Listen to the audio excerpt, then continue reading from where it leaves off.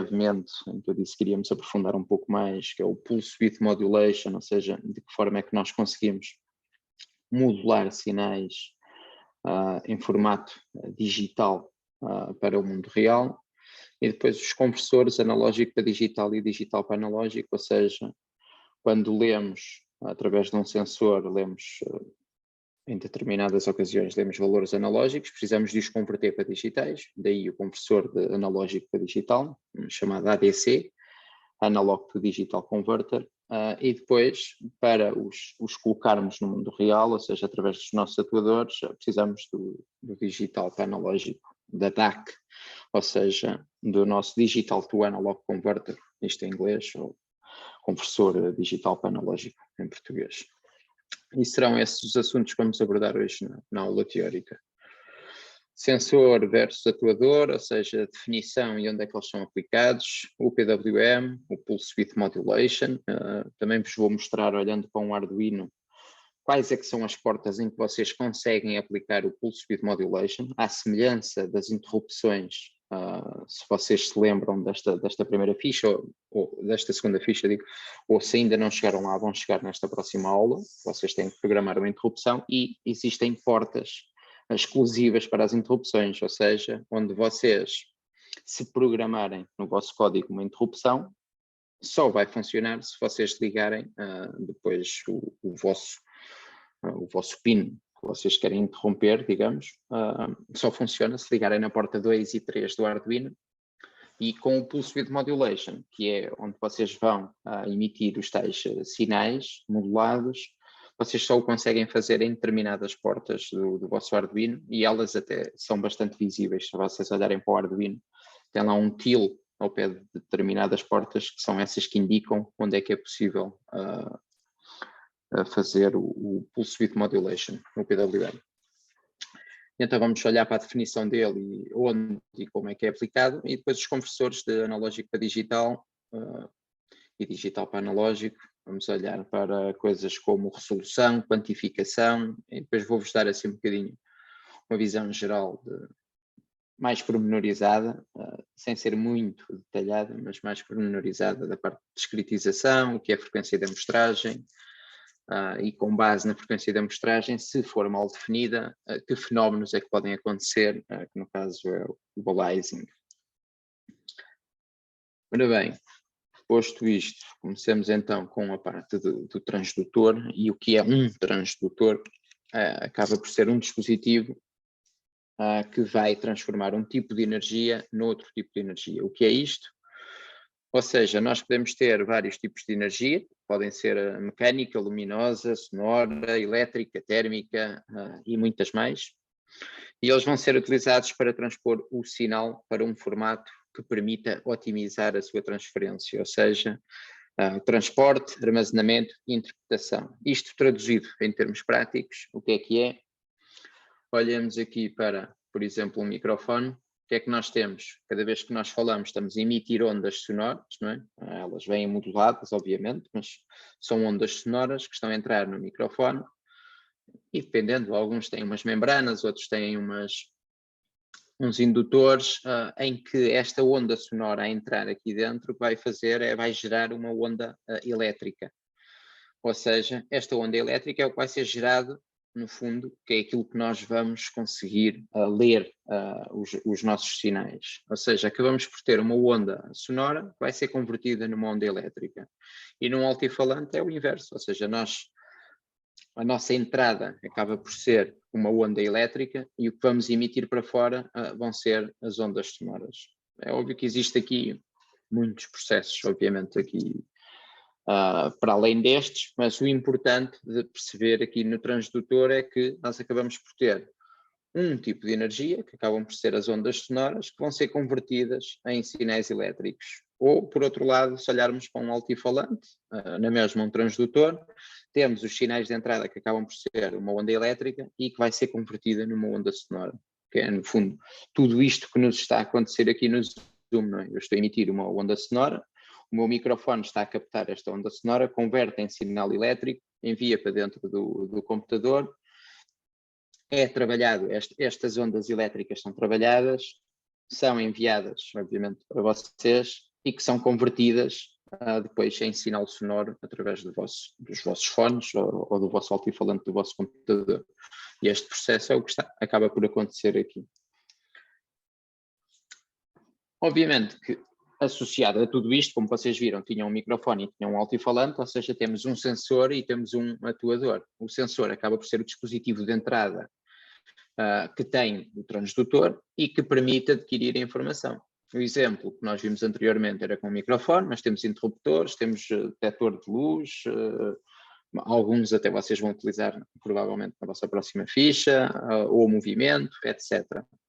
Por outro lado, no atuador, acaba por ser um dispositivo de saída que também incorpora um transdutor que permite converter a energia elétrica noutro tipo de energia, quando no caso o que vocês viram foi os altifalantes, ou seja, nós dávamos energia elétrica e convertíamos em ondas sonoras.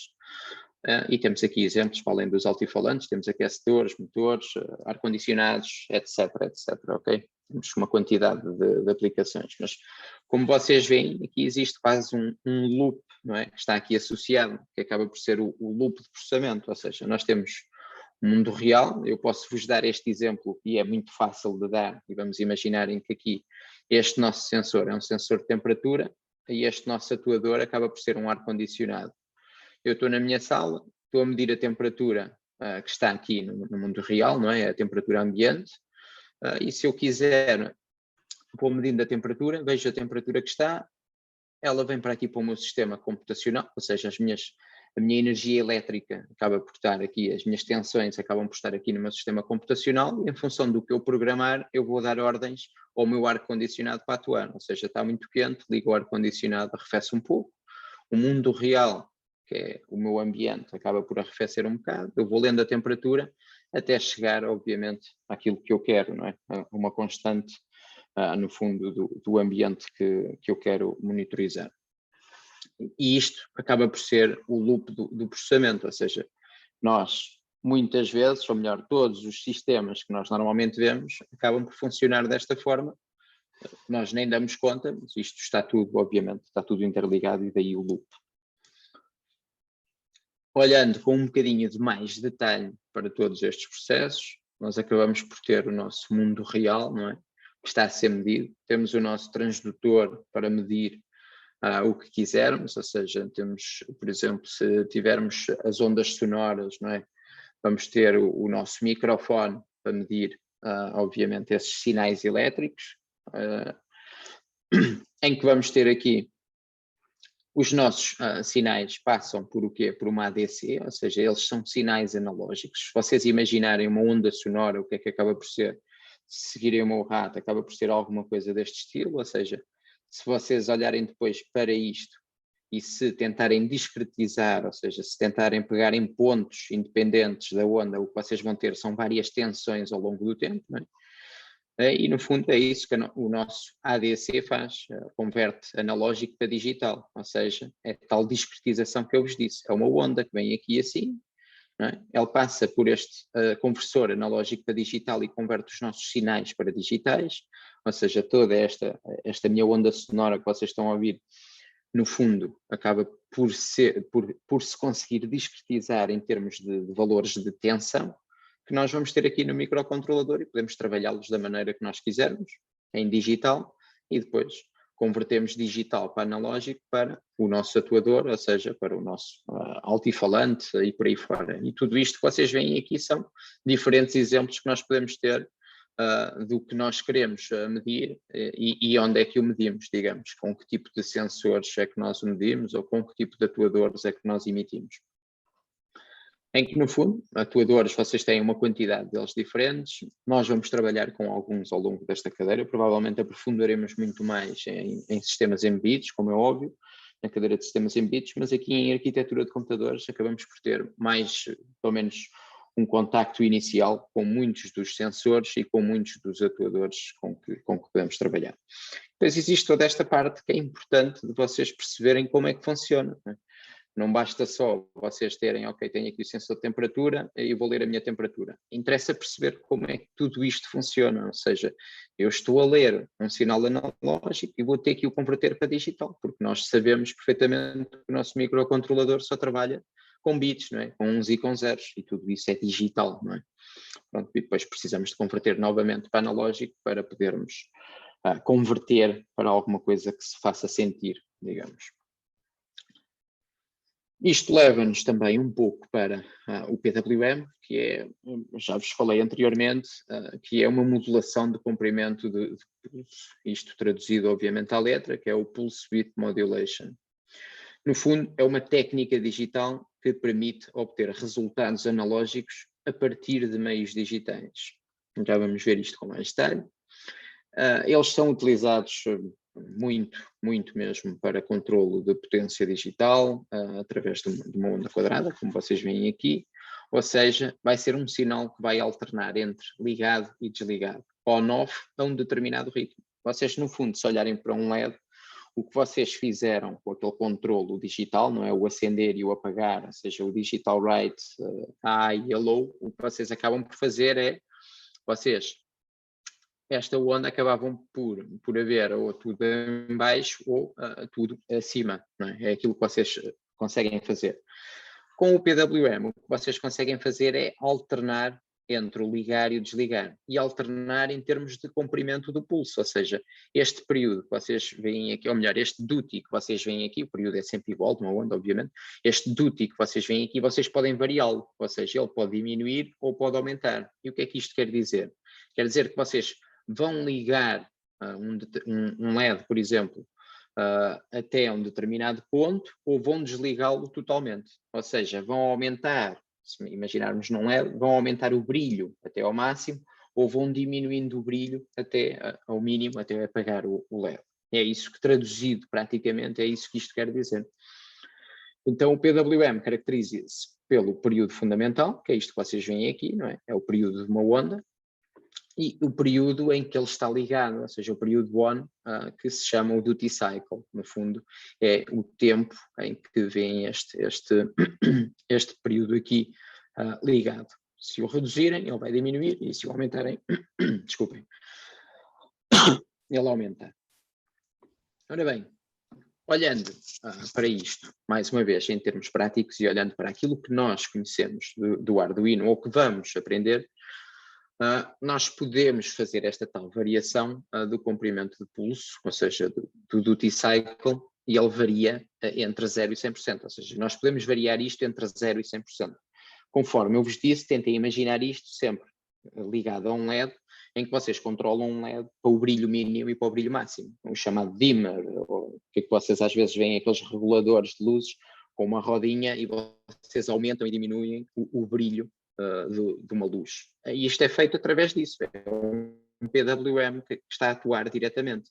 Ou seja, o que no fundo vocês estão a fazer é aumentar o tal duty cycle, o tal período em que ele está a on, ou ir diminuindo, não é? Se vocês vão aumentando o brilho ou vão diminuindo o brilho.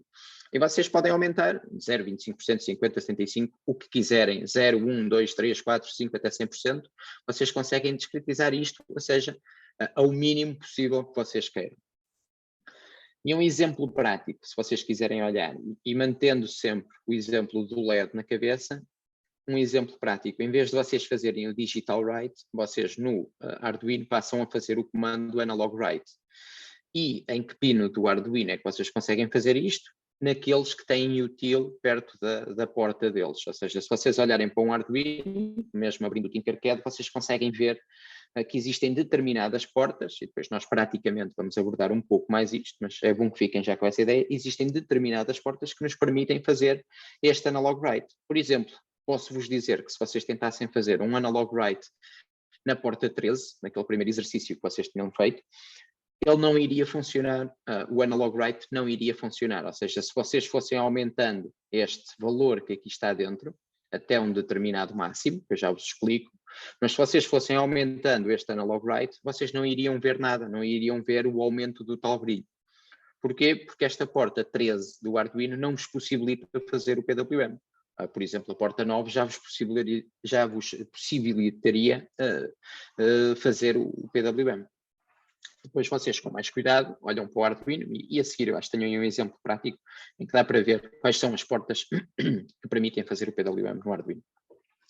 Continuando, O que vocês veem aqui, por exemplo, o 0% do duty cycle, ou seja, quando ele está totalmente desligado, está num estado off. Então, o que é que nós escrevemos? Escrevemos o valor 0, não é? Obviamente. Se eles tiverem 25%, fazemos analog write de 64. E vocês perguntam, mas porquê 64? Então, vamos um bocadinho à teoria. O Arduino tem a sua resolução para o conversor de digital para analógico é de 8 bits. O que isto quer dizer é que, se vocês fizerem 2 elevado a 8, dá 256. Ou seja, vocês têm 256 níveis possíveis para fazer este analog write, ou seja, permite-vos fazer de analog write de 0, de 1, de 2, de 3, de 4, até 255, que é o máximo, não é? Se vocês têm 256 níveis, vai do 0 ao 255. E daí eu dizer, vocês com uma regra de 3 simples, vocês conseguem perceber perfeitamente que se eu vos dissesse que queria, por exemplo, o meu LED aceso com um duty cycle de 25%, vocês fariam uma regra de 3 simples, né? 100% corresponde aos 255, então 25% corresponde a X e vocês determinam o valor dos 64. E assim sabem que 25% de duty cycle corresponderia a este comando que vocês teriam que fazer para o vosso LED. E eu aí iria ver um brilho no LED, cada vez que vocês fizessem este comando, eu iria ver um brilho a 25% das suas capacidades totais, ou seja, dos 100% de brilho possível. E, continuando, obviamente, se fosse 50%, vocês fariam um analog write de 127, 75% um analog write de 191 e os 100% analog write de 255.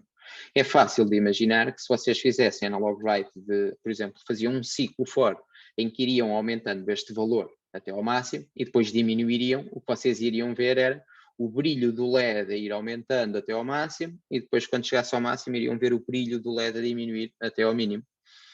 E basicamente este é o exemplo mais simples de mostrar e possivelmente será algo não muito mais pormenorizado que nós vamos trabalhar aqui na cadeira de arquitetura de computadores.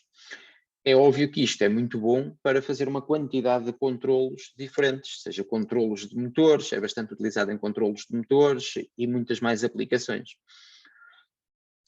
Aqui, no caso, o que eu vos queria mostrar era como é que isto funciona, obviamente, com LED. E lá está. Isto é aquilo que eu vos fui dizendo, ou seja, vocês veem o duty cycle a diminuir e o brilho vai diminuindo, não é?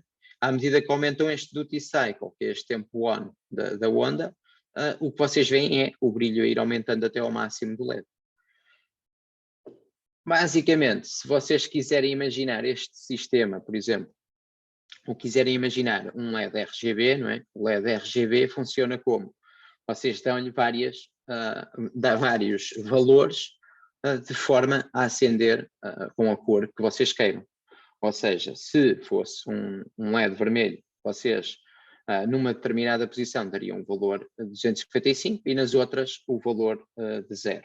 E assim conseguem ver de que forma é que conseguem representar as outras cores com este código que aqui está. Ou seja, se vocês quisessem montar, por exemplo, no Arduino, tem aqui um exemplo fácil, e este é físico, ok? Porquê? Porque tem aqui potenciómetros. O que é que são potenciómetros? São giratórios, no fundo, que vos permite girar de 0 até ao máximo, em que o máximo vocês dizem que passa a ser 255 para aplicar este caso. Em que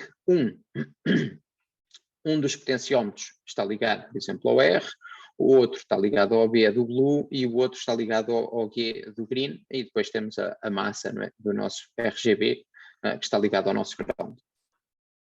E o que vocês, se programarem isto para dizer, ok, isto vai de 0 a 255, este vai de 0 a 255 e este vai de 0 a 255, e colocarem isto em portas que seja possível fazer o PWM, vocês veem aqui que tem aqui um tilzinho, isto vê-se mal, mas vocês se forem ao Tinkercad conseguem ver quais são os portos que têm o tilzinho aqui, vocês vão conseguir, o que é que faz?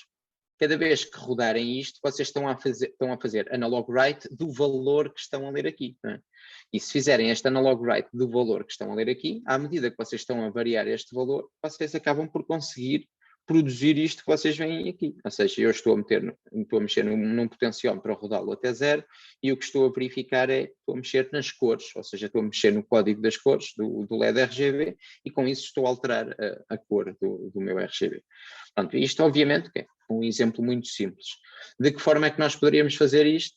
Outra forma, sem ter isto aqui, era com o nosso PWM. Ou seja, eu retirava tudo isto que aqui está e eu próprio programava esta minha onda que vocês veem aqui, ou seja, esta variação do duty, que é no fundo aquilo que vocês estão a fazer. Vocês estão a variar o duty de uma determinada onda, aqui já estão a variar o duty de outra determinada onda, não é? À medida que vocês estão a rodar, estão a aumentar o duty cycle, aqui estão a aumentar o duty cycle da outra onda, e provavelmente aqui vão diminuir agora o duty cycle da outra onda. E no fundo vocês conseguem fazer isto através de software em que não precisam disto, não é? Basta só programar estes portos aqui para que façam um analog write e ir variando da mesma forma que vocês fizeram aqui. É a mesma coisa que teriam que fazer para cada um destes portos aqui, ok?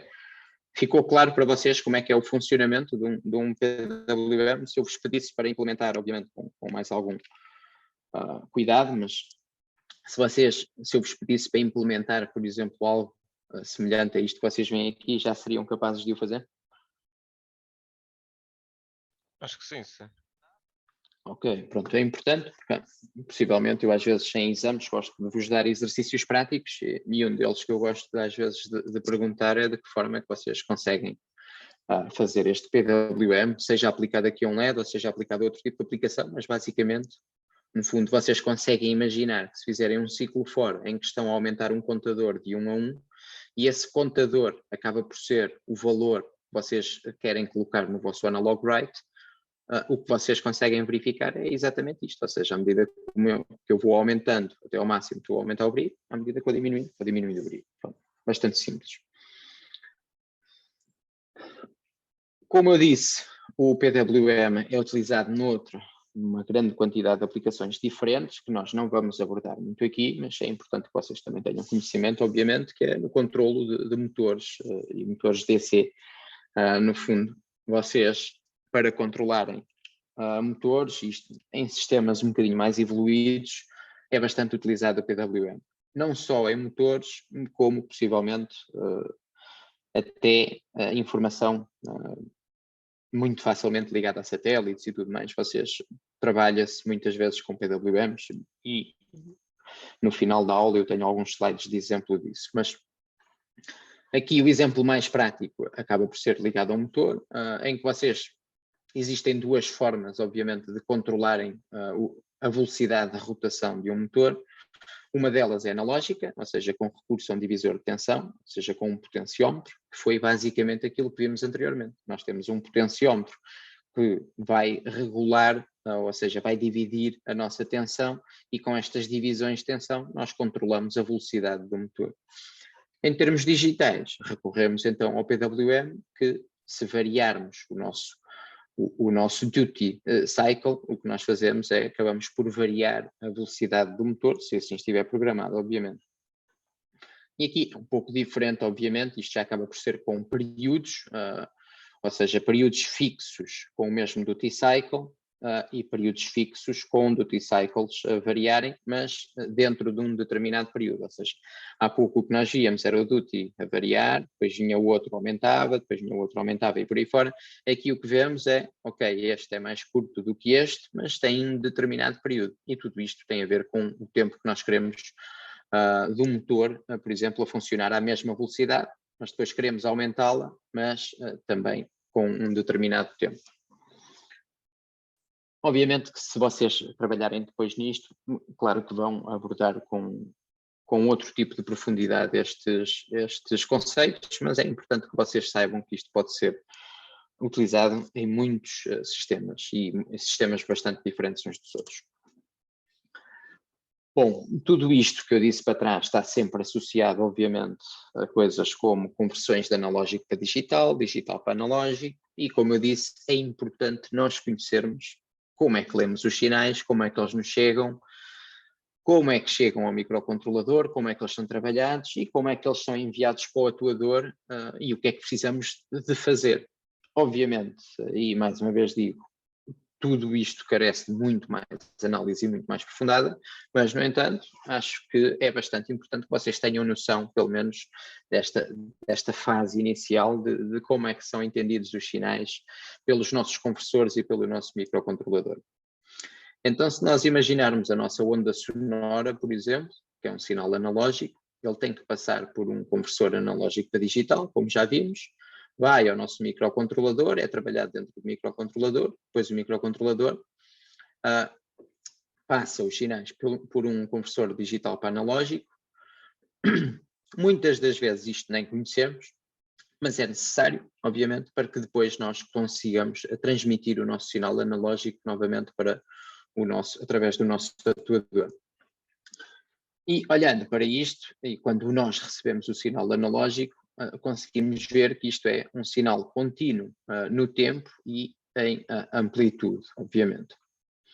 Quando passamos o nosso sinal pelo conversor analógico para digital, nós discretizamos o nosso sinal no tempo e na amplitude, ou seja, nós conseguimos retirar amostras em qualquer momento do que nós quisermos. Não é? Nós traçamos aqui, vamos buscar aqui este sinal e nós temos aqui uma tensão, e isto ao longo do tempo, obviamente. Novamente, vamos nestes sinais, trabalhamos no microcontrolador da forma que queremos e passamos por um conversor digital para analógico. E o que é que acabamos por ter quando passamos o sinal por o conversor de digital para analógico? Vamos ter um sinal contínuo no tempo, como vocês veem aqui, mas discreto em amplitude, não é? Vocês veem aqui steps, não é? No fundo são steps e são devidos aqui à nossa discretização que nós tínhamos feito. Nós traçamos aqui esta reta, fazemos assim, fazemos assim, fazemos assim, fazemos assim, fazemos assim, assim, assim, assim, assim, assim, assim e por aí fora. E isto, no fundo, isto ainda continua, obviamente, olhamos para isto e o sinal ainda continua discreto em amplitude. Ou seja, isto não é totalmente idêntico a isto que nós vemos aqui. Porquê? Acabamos por ter uma falha, por exemplo, aqui nestes pontos e por aí fora. Quantos mais pontos, isto já vai ao encontro de próximos assuntos que vamos abordar, mas quantos mais pontos nós tirarmos daqui, mais próximo no nosso sinal vai ficar do sinal original. Não é? Que é para quê? Para não termos problemas depois quando reproduzirmos novamente o nosso sinal. Isto era a mesma coisa, que nós estamos a falar de uma onda sonora, não é? Um determinado som que eu estou a reproduzir neste momento, que seja a 3 capas, 3 kHz, seja a que frequência seja, mas se eu retirar poucos pontos dele, não é? Se eu retirar aqui 4 ou 5 pontos, se eu depois for reproduzir esta onda, a onda não vai ter nada a ver com a forma original. O que é que isso vai ter? Vai ter uma distorção enorme no sinal. Provavelmente, quando eu emitir, quando passar este sinal num altifalante, vocês nem sequer vão perceber nada do que está a ser reproduzido e vai ser numa frequência totalmente diferente, ok? E por isso é que é importante nós retirarmos o maior número de amostras, se for possível, obviamente, mas retirarmos o maior número de amostras do nosso sinal. Continuando, então, passamos pelo nosso digital para analógico, nosso conversor digital para analógico, temos um sinal contínuo no tempo, como vemos aqui, mas discreto em amplitudes, como já vos falei, e depois o que é que temos? Temos um filtro. Para quê? O que é que o filtro faz? Vai criar aqui uma certa suavidade a retirar o nosso, ou seja, para reproduzir o nosso sinal. Ele tenta traçar, vai através de tem muito mais pormenores, que obviamente vocês acho que nunca abordaram, obviamente, filtros nem nada disso, mas tem uma quantidade de coisas, um filtro, para nos aproximar o mais possível do sinal, que é este que temos, não é? Para ficar idêntico ao original. E o que ele faz é terceira ordem, quinta ordem, o que seja um filtro bastante complexo para tentar suavizar tudo isto que nós vemos aqui, para não causar a tal distorção que eu depois disse quando nós reproduzimos o nosso som. Continuando, então, um transdutor vai ser necessário para converter uma grandeza física numa tensão elétrica, ou seja, temos a temperatura, precisamos de um sensor para converter no nosso sinal elétrico. Posso-vos dizer, por exemplo, há mais uma quantidade de coisas que nós não damos conta, mas se nós tivermos um microfone, isto não é tudo direto, não é? O microfone o que acaba por fazer é converte então as tais ondas sonoras em sinal elétrico, mas esse sinal elétrico, quando é convertido, como vocês devem calcular, eu não sei se vocês já viram microfones, mas conseguem imaginar os microfones que, por exemplo, temos dentro de iPhones ou de outros telemóveis quaisquer, que são miniaturas. Essas miniaturas não nos permitem ter ganho de sinal, não é? Se nós convertemos em sinal elétrico, o sinal elétrico, se vocês fossem olhar para ele, é mesmo muito baixinho, ou seja, são milivolts, que é muito difícil, depois de vocês, através disso, voltarem a converter outra vez para o sinal digital. Então, por isso é que precisam de ganho, muitas vezes. E por isso é que existem estes sinais de acondicionamento, ou seja, estes circuitos de acondicionamento de sinal. O que ele vai fazer é olhar para o sinal e sem o estragar muito, vai aumentar o nosso sinal. Ou seja, uma ondinha que seria assim muito pequenininha, através deste circuito depois vai começar a aumentar os seus níveis, obviamente, sem estragar outras, ou sem degradar outras condicionantes que temos. Um sistema de aquisição de dados é normalmente referido como um sistema que executa as conversões de analógico para digital, e então a nossa conversão de tensões elétricas para valores digitais é chamada então a conversão de analógico para digital. E aqui temos novamente o ciclo que temos estado a falar ao longo desta aula, uma quantidade de grandezas físicas diferentes que apanhamos do meio ambiente, que passam por um transdutor que pode ser uma quantidade coisas diferentes, pode ser um sensor, pode ser uma célula, pode ser um par termocouple, ou seja, um par de termos, de aquecimento, os que temos nas torradeiras, por exemplo, para aquecer as torradas, um termopar, e por aí fora, pode ser uma quantidade de aplicações diferentes que vão transformar em sinais elétricos. Esses sinais elétricos depois vão ser convertidos novamente para digital e esse digital obviamente que vai ser o que nós trabalhamos dentro do nosso computador ou dentro do nosso microcontrolador, através dos bits. No caso do Arduino, vocês trabalham em programação, mas como vocês já viram em Assembly, vocês vão mesmo lá abaixo, ao nível mais baixo, e trabalham em bits, e que no fundo depois precisam de os converter novamente para analógico para os mandarem para os atuadores.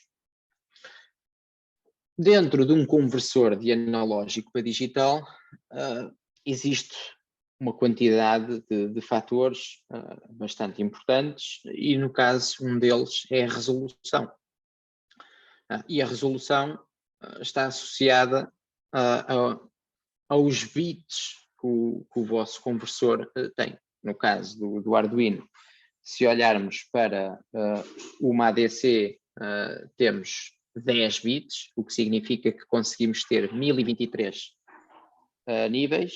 No caso de uma DAC, ou seja, do digital para analógico, do conversor digital para analógico, acabamos por ter 8 bits, ou seja, permite ter 256 níveis, ok?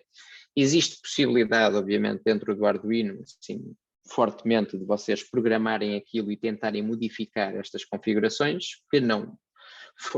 que fogem totalmente ao âmbito desta disciplina, mas existe essa possibilidade de vocês aumentarem ainda um pouco mais isso, mexerem em timers e por aí fora.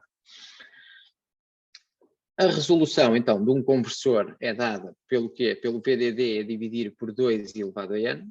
Já vamos ver o que é isto para a frente, mas é isso que nos permite saber, no fundo, quais são os steps que nós podemos dar dentro de um conversor. Se nós imaginarmos que temos 5 volts, por exemplo, se imaginarmos que temos aqui 2 bits aqui no nosso conversor, teríamos uma resolução de 5 a dividir por 4, que seria o número de steps que nós poderíamos ter aqui para descaracterizar o nosso conversor.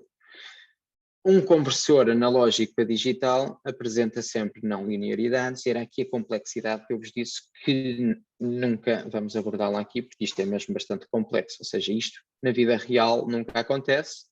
Esta reta que vocês veem aqui traçada, isto é linear, obviamente que num conversor de analógico para digital real mesmo, se vocês fossem abordar isso, e existem formas de caracterizar isso, vocês não veem isto a ser linear. Vai depender de uma quantidade de fatores e, por exemplo, a temperatura. À medida que vocês fazem mais processamento, isto deixa de ser uma reta e passa a ser uma coisa, se calhar, um bocadinho mais variada, e outra quantidade de fatores também que afetam isto. Aqui no âmbito da disciplina, obviamente, vamos considerar isto sendo sempre linear. Continuando, em termos de resolução, então, como eu vos falei, é preciso saber qual é que é o número de bits do nosso conversor de analógico para digital, e com base nesse número de bits é o que nos vai permitir, então, calcular a resolução do nosso conversor. A gama dinâmica, ou seja, o tal número de steps que é possível dar no nosso conversor, que é o quê? É a resolução entre a máxima e mínima amplitude possível de medir, que representa o número de níveis, que são possíveis de representar, em que 2 elevado a n é o que representa esta nossa gama dinâmica, em que n, obviamente, é aquilo que vimos anteriormente, o número de bits do nosso conversor de analógico para digital ou de digital para analógico. Resolução vai ser o nosso step size, ou seja, o tamanho de passos que nós conseguimos dar, ou seja, a alteração mínima que pode ser discriminada dentro do nosso conversor, ou seja, este step que nós vemos aqui. Então, exemplos, e vocês conseguem ver aqui uma quantidade deles. Se eu vos dissesse que eu precisava de saber qual seria a resolução de um conversor de analógico para digital, em que vos dizia, por exemplo, qual era os níveis de tensão, o mínimo e o máximo, em que o máximo seria 5 volts, o mínimo 0. Diria-vos também que o número de bits do nosso conversor seria 8. Vocês rapidamente calculariam a gama dinâmica, 2 elevado a 8, e rapidamente calculariam a resolução, ou seja, 5 menos 0, que é o máximo menos o mínimo, a dividir pela nossa gama dinâmica, e aí eu teria a minha resolução, ou seja, cada step que eu conseguiria dar seria um step de 19,53 milivolts de um em relação ao outro, ok? Ou seja, até 5 volts, não é? De 0 a 5 volts, eu conseguiria ter 256 níveis de resolução, que eu poderia discretizar no meu conversor. E aqui vem uma quantidade de exemplos diferentes em que, obviamente, este número de bits tende a aumentar, não é? É isso que faz as nossas ADCs e as nossas DACs cada vez mais potentes, é aumentando este número de bits, que o que ele faz é estar diretamente relacionado com a nossa gama dinâmica, o que nos permite aumentar bastante a nossa gama dinâmica. Se olharmos para 24 bits, permite-nos aumentar bastante a nossa gama dinâmica, o que nos permite ter uma resolução bastante grande em termos de discretização. Ou seja, eu com isto, se eu quisesse reproduzir um sinal analógico, não é, no fundo, eu conseguiria reproduzi-lo facilmente porque eu tinha uma discretização bastante grande. Era possível uma resolução muito grande com este tipo de ADCs que tenham este número de bits no conversor. Obviamente, e mais uma vez, associado a tudo isto, existe outro parâmetro que é a frequência da amostragem, que é o que está na base da nossa reprodução fiel do nosso som, ou do que seja, okay? Do que nós quisermos reproduzir, mas é o que nos permite olhar para um sinal original e depois tentar reproduzi-lo exatamente igual àquilo que nós medimos. E o que está na base de tudo isto é a frequência da amostragem. Como vocês sabem, um sinal analógico pode ser convertido num sinal discreto, que é o que vocês veem aqui, que já tínhamos visto anteriormente naquela cadeia, e o ritmo a que os valores são amostrados a partir do sinal analógico é o que se chama da frequência da amostragem. Ou seja, quanto mais rápido eu tirar estes valores que vocês veem aqui, e cada vez mais, é o que vai determinar a minha frequência da amostragem. E como eu disse, a reprodução fiel de um sinal a partir de uma sequência discreta só vai ser garantido se esta frequência de amostragem utilizada for de pelo menos 2 vezes superior à maior frequência existente no sinal original. E isto é o que determina o teorema de Nyquist-Shannon. Ou seja, vamos imaginar que eu tenho um sinal que é a minha onda sonora, e vamos imaginar que a minha onda sonora neste momento está a ser reproduzida a 2 kHz, ok? Eu, se quisesse reproduzir o sinal com uma qualidade bastante fiel, ou seja, bastante próximo do sinal original, o que eu teria que fazer era utilizar uma frequência de amostragem pelo menos 2 vezes à frequência original. Ou seja, eu teria que ter uma frequência de amostragem que fosse pelo menos de 4 kHz para eu conseguir ter um sinal o mais parecido com o original. Obviamente que hoje em dia e nos sistemas atuais o aconselhável é ter 2,5 vezes superior para termos um sinal mesmo bastante bom. E isto leva-me a explicar-vos um pouco, por exemplo, aquilo que vocês utilizam, as placas de som, por exemplo, para reproduzir som nas mesas de mistura ou em discotecas ou o que seja, em que essas mesas de mistura, no fundo, precisam de ter 2 vezes a frequência do sinal que nós queremos transmitir. Ou seja, são placas que já começam a ser caras porque precisam de ir para os 22 kHz, ou seja, possivelmente o som que nós queremos audível vá até aos 12, 13 capas mais ou menos, e precisamos ter o dobro para nós conseguirmos mostrar um som decente e reproduzi-lo decentemente. O mesmo se passa com trabalhos que já fiz, por exemplo, aqueles transdutorzinhos que vocês usam, ou melhor, ainda não usaram, que vão usar, que é os sensores de ultrassons, que são utilizados, por exemplo, para os sensores de carro, do estacionamento de carro, como eu já vos disse, aquilo emite umas ondas nos 40 kHz. Se eu quisesse transmitir, ou melhor, adquirir esse sinal e reproduzi-lo, obviamente que a minha placa de som teria que ter 2 vezes essa frequência, não é? Ou seja, teria que ter 80 kHz, e que já começa a ser bastante difícil, ou seja, já são coisas mais, que acaba por ser mais caro. É o mesmo, isto só para vos levar até aos morcegos, porque se vocês quiserem gravar o som de um morcego, vocês têm que ter este tipo de placas, ou seja, os morcegos, como vocês sabem, ou se não sabem, ficam a saber que eles emitem ultrassons, e os ultrassons deles muitas vezes vão até aos 60 kHz. Para que vocês saibam, o vosso ouvido, por norma, ouve até aos 17 kHz, 18, sendo novos, ainda ouvem até aos 18 e qualquer coisita. Os morcegos emitem ultrassons até aos 60 kHz, ou seja, muitos dos sons, dos ultrassons que eles emitem, vocês não conseguem ouvir. E para adquirir estes sons é preciso haver placas de som muito boas que nos permitam ir até ao dobro disto, não é? Ou seja, até aos 120, 130 kHz, e por isso é que isto depois tem um custo bastante grande quando tratamos de trabalhar com estes sinais. Mas isto para que vocês tenham noção, um pouco noção do que é a frequência de amostragem e de que forma é que vocês, quando estão a reproduzir um som, provavelmente podem ouvir uma distorção bastante grande, se a vossa placa de som provavelmente ou possivelmente possa não ser tão boa e com uma frequência de amostragem muito elevada.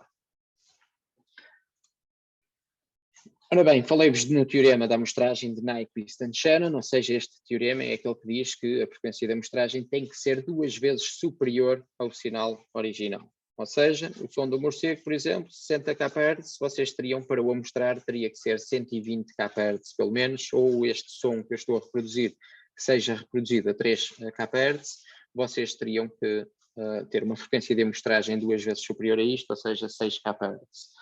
Pronto, e isto é, no fundo, o que diz o teorema de Nyquist-Shannon, ou seja, para uma digitalização fiel, a frequência de amostragem tem que ser pelo menos o dobro da largura de banda do sinal com que vocês estão a captar. Na prática, obviamente, não é possível fazer uma conversão instantânea, ou seja, o valor de entrada deve ser mantido constante durante o tempo em que o conversor executa uma conversão. Como vocês veem, é um sinal que está a variar no tempo e é necessário existir, isto já são pormenores um pouco mais pormenorizados, digamos, mas acho que é bom de senso comum que vocês percebam como é que isto funciona. Ou seja, vocês têm um sinal analógico a entrar, ele passa por um filtro. O que é que o filtro faz? Vocês veem um sinal, vem assim todo meio distorcido, não é? Com muitas alterações ao longo do tempo. O que o filtro vos faz é, ele vai remover, neste caso, um low pass filter, ou seja, um filtro de baixas frequências, e o que ele vai remover é as baixas frequências, e vai ter um aspecto muito mais smooth. E como eu disse, como na prática não é possível fazer uma conversão instantânea, então o valor de entrada deve ser mantido constante durante o tempo em que o conversor executa uma conversão. Ou seja, nós devemos fazer um sample and hold, ou seja, devemos manter o nosso valor constante até que o nosso conversor possa fazer uma conversão, devemos manter estas condições assim. Tudo isto é feito, obviamente, sem que vocês deem conta, e principalmente quando estão a trabalhar no Arduino, vocês não dão conta de todos estes processos. Também não quero que os saibam, quero que tenham conhecimento que eles existem. Obviamente, e esta parte já acaba por ser um pouco mais importante, pelo menos para perceberem nos sistemas de comunicação como é que as coisas são processadas e como é que são feitas. Desta operação da amostragem vai resultar um sinal em degrau, como vocês viram aqui, este tal sample and hold que ele vos vai dar, vai ser este valor em degrau, em que no fundo acaba por ser aquilo que vocês já tinham visto anteriormente, quando o sinal passa pelo analógico, pelo conversor de analógico para digital. Vocês acabam por ter uma discretização do sinal e acabam por ter um sinal em degrau ao longo do tempo, não é? Com vários níveis de amplitude, ou seja, isto é a amplitude, é a tensão elétrica que vocês estão a receber, não é? Esta escala aqui, e aqui é o tempo. E vocês veem que há sinais, não é? Se eu quisesse traçar depois aqui alguma onda, seria alguma coisa mais ou menos deste estilo, passando por um filtro, mas vocês veem mesmo o som que eu produzo, umas vezes é mais alto, outras vezes é mais baixo, ou seja, a amplitude com que vocês depois estariam a adquirir os sinais, ela vai variando ao longo do tempo. Não é? E então, a etapa que se segue à amostragem consiste em quantificar os valores das amostras do sinal analógico. Ou seja, esta operação de quantificação é realizada por um conversor de analógico para digital. Ou seja, então, a tal ADC. E o que é isto da quantificação? A quantificação é algo que vos permite identificar os níveis, ou seja, se eu quisesse dividir isto em bits, eu preciso de fazer aqui algum tipo de decisão, não é? Se eu quisesse depois converter este sinal, é óbvio, olhando para estes degraus, eu preciso de saber, olha, acima de determinada amplitude vai ser 1, acima de determinada amplitude vai ser 0. E é com isso que eu produzo os zeros e os uns, ou seja, os bits que eu depois vou trabalhar. No fundo, é basicamente a descrição que eu tenho aqui. Quantificação pode ser interpretada como uma classificação das amostras de sinal relativamente a níveis de tensão pré-determinados. Muitas das vezes, em sistemas bastante tradicionais, como o caso do RFID, ou seja, nas comunicações de RFID, muitas das vezes é este sistema que é utilizado. Ou seja, nós discretizamos as nossas amostras, nós achamos uma média. No fundo, este traçado, depois que vocês veem aqui, vai ser uma média dos sinais elétricos todos que nós temos, para nos traçar assim esta reta, e com base nisto depois, nós poderíamos classificar as amostras em 2 grupos, ou seja, eu escolhia este nível A, como mostra aqui a figura, como sendo então a minha média dos níveis de tensão. E depois o que é que eu consigo fazer? Consigo dizer que todas as amostras acima ou iguais ao nível A pertencem, por hipótese, ao grupo 1, e aquelas cujos valores se encontram abaixo do nível A pertencem ao grupo 0. E então é com base, obviamente, neste critério que as amostras geram sequências de zeros e de uns, que constitui um exemplo da quantificação das amostras utilizando um único bit. Ou seja, vocês tudo o que viram acima passou a 1, ou seja, este passa a 1, este passa a 1, este passa a 1, este 1, e assim nós conseguimos determinar depois o que é que nós precisaríamos ter. Apenas um descodificador em que olhava para estes bits e nos permitia ler, obviamente, que informação é que nós tínhamos aqui. Isto poderia ser, por exemplo, a informação de um sensor de temperatura ou o que fosse, ok? E como eu disse, muitas das comunicações hoje em dia são baseadas, obviamente que já com muito mais cuidado, mas, por exemplo, o RFID é baseado, em muitos processos é baseado neste tipo de abordagem que vocês veem aqui. E é assim que se descodificam os sinais de RFID, normalmente. Com mais outros parâmetros, obviamente, e obedecendo ao protocolo EPC e por aí fora, mas é assim que muitos sistemas, e os mais antigos, são feitos. Se nós, em vez de termos apenas o bit 1 e o bit 0, quiséssemos aumentar o nosso bitrate, por exemplo, da nossa quantificação, ou seja, ou da nossa comunicação, caso isto estivesse associado a uma comunicação, podemos definir 4 níveis de tensão que podem ser igualmente espaçados para quantificar o valor das amostras. Então, o sinal poderia ser assim, quantificado em 4 grupos, ou seja, 00, 01, 10, 11. Existem muitas formas também, e posso-vos dizer, se vocês forem curiosos podem explorar isso, mas existem muitas formas de nós determinarmos estes níveis que nós traçamos aqui, ok? Isto não é gerado ao acaso e existe uma quantidade de maneiras de o fazermos e de o fazermos da maneira mais correta possível. Mas pronto, se nós olharmos para isto e formos através de médias dos sinais e conseguirmos gerar aqui 4 grupos diferentes, nós acabamos por ter um bit rate superior. Não é? Nós, no fundo, em vez de termos aqui só o bit 0, já passamos a ter bit 01, 01, ou seja, começamos a ter mais informação ainda que conseguimos, com a mesma quantidade, acabamos por ter mais informação do que na quantificação que tínhamos feito anteriormente, ok?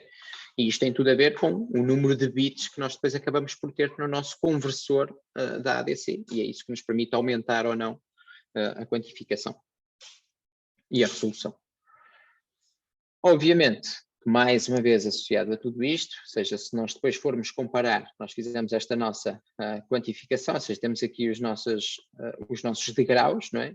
Se olharmos para eles, e depois se nós formos olhar para o sinal original, ou se passarmos por um filtro e fizermos o nosso sinal, tivermos o nosso sinal analógico, o que nós conseguimos ver são erros que são produzidos por ruído, que são chamados o ruído de quantificação, que são tudo isto que nós estamos a dizer que pertence a este grupo, mas que deixaria de pertencer caso nós passássemos então por o tal filtro e transformássemos no sinal analógico, ok? É só importante que vocês conheçam que também existe um ruído. E depois chegamos ao fenómeno de aliasing, que está diretamente ligado à frequência de amostragem que eu vos falei. Ou seja, numa conversão de analógico para digital, ela baseia-se na amostragem da entrada em intervalos discretos que nós vamos tirando, não é, ao longo do tempo, e a saída vai ser uma réplica incompleta do comportamento da entrada, não é? Ou seja, pode ser uma réplica perfeita se vocês tiverem uma resolução enorme. Vamos olhar para esta onda vermelha e vamos imaginar que era o nosso sinal original. Se vocês tivessem, conforme eu vos disse, aqueles conversores com uma resolução muito grande, ou seja, com muitos bits, o que vocês poderiam ter poderiam tirar este ponto, este ponto, este ponto, este ponto, este ponto, este ponto, e depois por aqui fora retirar o máximo de pontos, e com este máximo de pontos, quando vocês fossem construir a onda original, vocês possivelmente, não é? Se vocês tiraram estes pontos todos, vocês conseguiriam quase produzir a onda perfeitamente igual à original. Não é? Mas nunca vai ser exatamente igual, mas vai ser o mais próximo possível. Isso está associado, obviamente, à frequência de amostragem, não é? Tem a ver com a quantidade de pontos que nós queremos tirar. Se o sinal de entrada está a variar a um ritmo muito superior à frequência de amostragem, pode ser obtido um sinal com outro comportamento, normalmente chamado alias, ou seja, é o fenómeno de aliasing, que é o quê? Ou seja, nós vemos esta onda que tem uma determinada frequência, que, por exemplo, está aqui escrito, tem uma onda sinusoidal de 4 Hz, que vai ser amostrada a 3 Hz, ou seja, a cada 3 Hz eu vou retirar um ponto, que é o que vocês veem aqui, não é? Vocês acabam por ver isto, se vocês fossem medir isto a cada 3 Hz, eu estava a tirar um ponto, e a minha onda é uma onda de 4 Hz, ou seja, com uma frequência de 4 Hz. Quando vocês fossem reconstruir a onda, com base nos pontos que tiraram, o que vocês vão ver é esta onda aqui azul. E esta onda azul é uma onda sinusoidal de 1 Hz. Ou seja, como vocês veem, já distorcemos totalmente a nossa onda. Ou seja, nós tínhamos uma onda que era de 4 Hz e agora acabei de reconstruir uma onda de 1 Hz. E tudo isto, estamos a falar de frequência, tudo isto tem impacto, obviamente. Quando se fosse uma onda sonora, vocês iriam ouvir um ruído totalmente diferente quando reproduzissem esta onda que construíram. E isto é o chamado fenómeno de alias, ou seja, uma onda que tem uma frequência de amostragem que não é 2 vezes superior à onda original. Ou seja, se vocês quisessem ter aqui uma reprodução o mais próximo da realidade, vocês, nesta onda sinusoidal que era de 4 Hz, ela teria que ser amostrada a 8 Hz, não é? Para que a diferença depois entre as duas conseguisse dar os 4 Hz, ou seja, a reprodução fosse exatamente igual à nossa frequência original. Porquê? Porque a frequência do sinal alias é a diferença entre a frequência do sinal e a frequência de amostragem. E por isso é que vocês acabam por produzir uma onda de 1 Hz. Isto para terem noção, obviamente, eu não estou à espera que me saibam, nem vou perguntar estes fenómenos, mas quero que percebam que se vocês não reconstruírem um sinal com uma determinada frequência de amostragem, em que tem que ser 2 vezes superior à frequência do sinal original, vocês vão ter bastantes problemas. E eu falo em som porque é o mais fácil de nós tentarmos relacionar com aquilo que nós ouvimos quando eu estou a falar, para que vocês ouçam decentemente. Aqui já é importante que é, obviamente, existem maneiras de melhorar a precisão do nosso conversor de analógico para digital. Uma delas é o quê? Aumentar a resolução, que vai melhorar a precisão na medição da amplitude do sinal analógico. Ou seja, se nós aumentarmos aquela resolução, não é? Vamos ter muitos mais steps, que vai melhorar a precisão na medição da amplitude, que foi aquilo que eu vos disse anteriormente. Ou aumentar a taxa de amostragem, ou seja, o chamado sampling rate, que vai aumentar a frequência máxima que pode ser medida. E isto são 2 formas, é um exemplo de 2 formas de melhorar a precisão do nosso conversor de analógico para digital. Na discretização, é importante vocês saberem efetuá-la, e isto sim é importante vocês saberem fazer. Temos aqui como exemplo um sinal que varia de 0 a 10 volts, um sinal de entrada, ou seja, mínimo 0, 10 volts máximo. E aqui o que está a acontecer é a definição de 8 intervalos de 1.25 volts. E isto aqui, tudo isto vai ser justificado à frente, obviamente, mas se nós pegarmos num sinal e então definirmos 8 intervalos, ou seja, temos aqui os nossos 8 intervalos, e definirmos então em intervalos de 1.25 volts, é bastante simples, ou seja, 0 a 1.25 e por aí fora até aos 10 volts. E tudo isto tem um propósito, não é? E que está associado ao número de estados possíveis que o conversor pode gerar, que é 2 elevado a n, como nós já vimos anteriormente, ou seja, o chamado de gama dinâmica, em que n é o número de bits do nosso conversor. Então, se eu vos dissesse que para um conversor de analógico para digital de 3 bits, para calcularem o número de estados, seria bastante fácil, 2 elevado a 3, e 8 seria o número de estados possíveis que o conversor pode gerar. O tamanho de quantização analógica é dado por esta forma que vocês veem aqui, ou seja, V máximo menos V mínimo a dividir pelo número de estados. Basicamente foi aquilo que vocês já viram, acaba por ser a resolução do vosso conversor, ou seja, V máximo menos V mínimo, no caso, se considerarmos o V máximo de 10 volts, mínimo 0, temos 10 a dividir pelo número de estados que nós calculamos, que é 1.25 volts. E que, no fundo, se eu vos dissesse para fazer a discretização do nosso sinal, era assim que vocês fariam, ou seja, uma discretização em que eu vos dizia, para um caso de um conversor analógico para digital de 3 bits, em que o valor máximo de tensão dele é de 10 volts e o mínimo de 0 volts, e pedia-vos para fazerem essa discretização, o que vocês teriam que fazer era uma tabela deste estilo, ou seja, definir 8 intervalos com as resoluções, com um intervalo de resolução que vocês tinham calculado, que era de 1.25 volts. E seria assim que faziam. Em termos de codificação, não é? Porque vocês o que acabam por fazer, e isto, se lembrarem, acaba por ser aqueles steps que vocês viram anteriormente, não é? Nos slides anteriores, e acaba por ser isto que aqui está a ser feito, não é? E internamente, o vosso microcontrolador, ou melhor, o vosso conversor de analógico para digital, internamente é isto que ele está a fazer.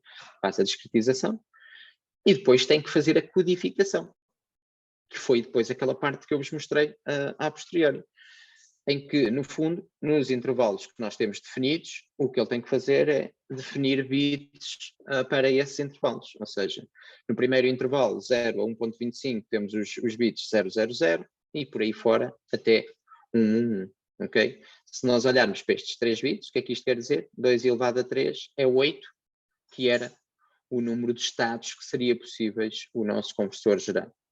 E sabíamos que ele tinha 3 bits, por isso, em termos de codificação, tínhamos que codificar os nossos intervalos com 3 bits. A resolução de um conversor de analógico para digital tem com um número de valores secretos que o conversor pode produzir. Uma ADC com 8 bits pode codificar uma entrada analógica entre 0 e 255, não é? 2 elevado a 8 dá 256, e por isso podemos ir entre 0 e 255.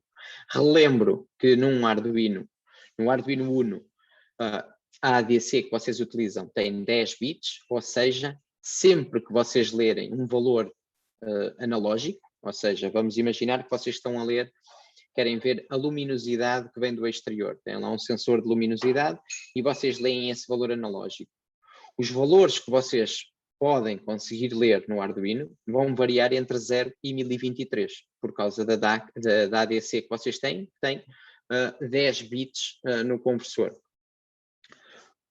Por outro lado, se vocês quisessem, por exemplo, com base no valor que vocês estão a ler desse sensor de luminosidade, emitir depois um sinal analógico para um LED, ou seja, consoante a luz que vocês estão a receber de fora, vocês fazerem variar o brilho do LED, não é? No fundo, quase como se fosse uma coisa automática, ou seja, hoje está muito sol, eu não preciso de luz dentro de casa, então baixo o brilho do meu LED.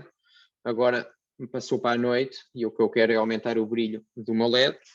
Se vocês quisessem fazer isso, ou seja, do ponto de vista da DAC, do Arduino, vocês têm 8 bits no conversor, ou seja, aí sim só vos permitir entre 0 e 255, que era aquela parte que nós já vimos logo na entrada da aula, que era a parte do PWM, em que nós conseguiríamos fazer a variação entre 0 e 255. Isso é o que é possível no Arduino Uno, ok?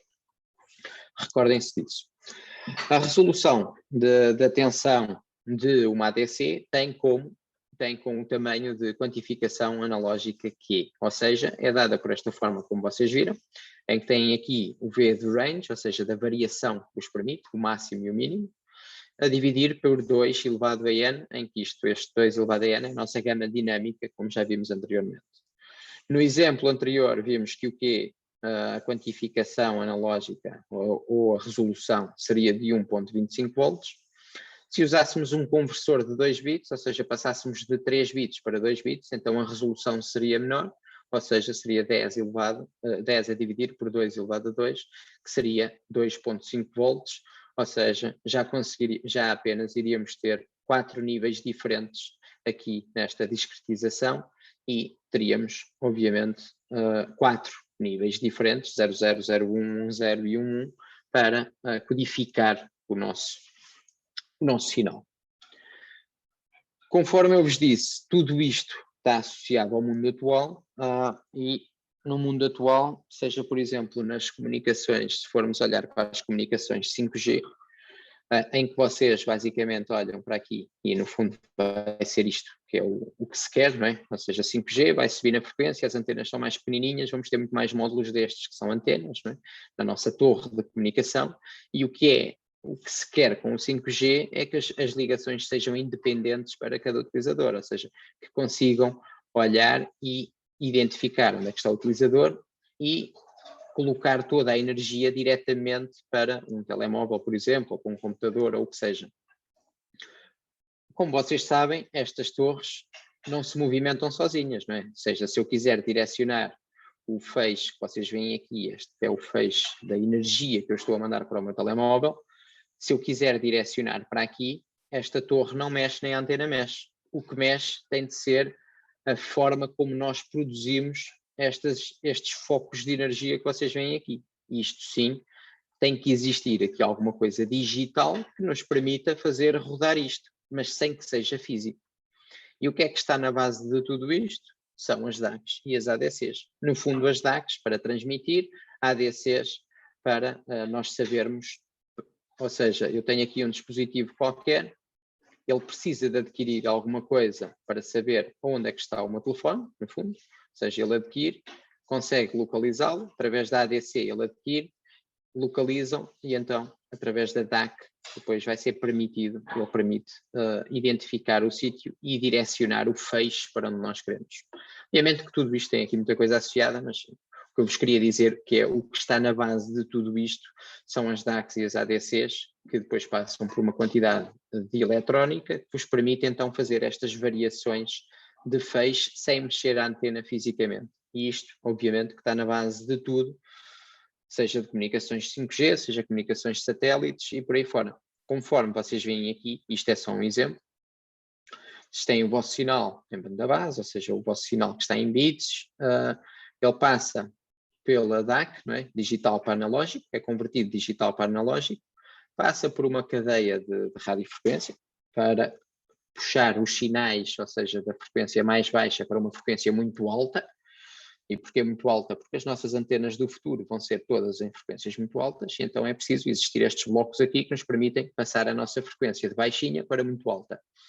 E que passa por estas coisas que aqui estão, que no fundo vão ser aquilo que nos vai permitir, que são os chamados phase shifters, ou seja, o que nos permite variar a fase.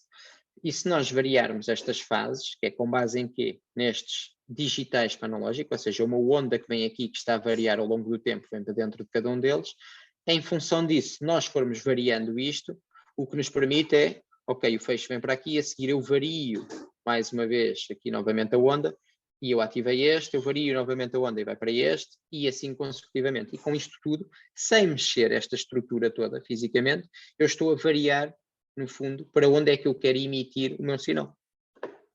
É, no fundo, aquilo que eu já vos expliquei e que vos disse anteriormente e que estaria relacionado quando vocês olham para a quantidade de satélites, por exemplo, da Starlink, que eram estes que eu vos tinha dito, se alguém tinha visto ou se não tinham visto, mas que no fundo, se tivessem visto, é algo deste estilo que vocês vão ver. E aqui embaixo na Terra, não é, alguns, vai estar alguma coisa que quer comunicar com isto. E como vocês sabem, isto vai estar a girar ao longo destas órbitas que vocês veem aqui, no fundo. É exatamente a mesma coisa, ou seja, isto que vocês veem é uma determinada órbita, mas vão existir muitas delas, assim, paralelas e tudo mais, e que vão estar sempre em andamento. Ou seja, se o meu terminal estiver aqui em baixo, não é, aqui algures, eu vou querer estar a comunicar, ou seja, estou a comunicar com este satélite, de repente já não tenho cobertura para o ver, tenho que passar para o próximo que está melhor, e a seguir para o próximo, e a seguir para este, e a seguir para este, e assim consecutivamente. E o que é que nos permite fazer tudo isto? É exatamente aquilo que está nesta base toda, ou seja, variar estes focos de energia ou de sinal para eu comunicar. Ou seja, se o meu satélite está a passar assim, eu agora quero emitir este, depois quero ativar este, depois quero ativar este, e assim consecutivamente. E mais uma vez digo-vos, o que é que está na base disto tudo são os conversores de digital para analógico e os conversores de analógico para digital. Muito rapidamente, e para terminar, que eu tinha dito que eu terminava um bocadinho mais cedo, antigamente, isto para vos relacionar obviamente com isto tudo, antigamente como é que eram feitas estas comunicações? Vocês tinham uma quantidade de utilizadores em que o que começou a haver hoje em dia é e isto é válido para o 5G também, não é? As comunicações antigas, nós começámos a ter muitas pessoas a querer comunicar, fosse com satélite ou fosse com uma torre de 3G, por exemplo, e todas estas pessoas começam a aumentar, não é? Os telemóveis começam a aumentar e a capacidade começa a diminuir. E então foram surgindo alternativas para fazer este tipo de comunicações, ou seja, nós tínhamos vários utilizadores e começávamos a dedicar, não é? Através das parabólicas e tudo mais, nós começávamos a dedicar as comunicações. Só que o que é que começou a surgir? Esta variação das pessoas, não é? A querer manter esta comunicação. E em determinados sistemas isto tem que ser mecânico, o que começou a aumentar muito os custos. E daí as novas tecnologias que estão a ser feitas, em que na base tu tens os tais conversores de digital para analógico e de analógico para digital. Para quê? Para ser capaz de, a qualquer momento em que eu me movesse, eles acompanharem esse movimento. E isto funciona com o 5G exatamente igual. Ou seja, eu sou um utilizador em que, em vez de ser aquela torre que está a comunicar para esta gente toda ao mesmo tempo, não é? Como aquela primeira imagem que eu vos mostrei, isto nas comunicações 5G passa a ser muito direcional. E em qualquer altura que eu me mexa, isto tem que acompanhar o movimento.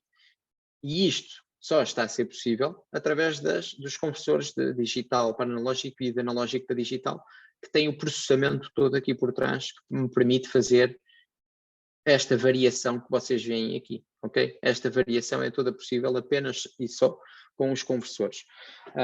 Isto é obviamente que é muito geral e para vocês tenham noção, mas é para vos dizer a importância que estes conversores estão a ter hoje em dia e daí haver obviamente muitos esforços em aumentar aquela resolução dos conversores de digital para analógico, a diminuir o tamanho destes conversores e por aí fora.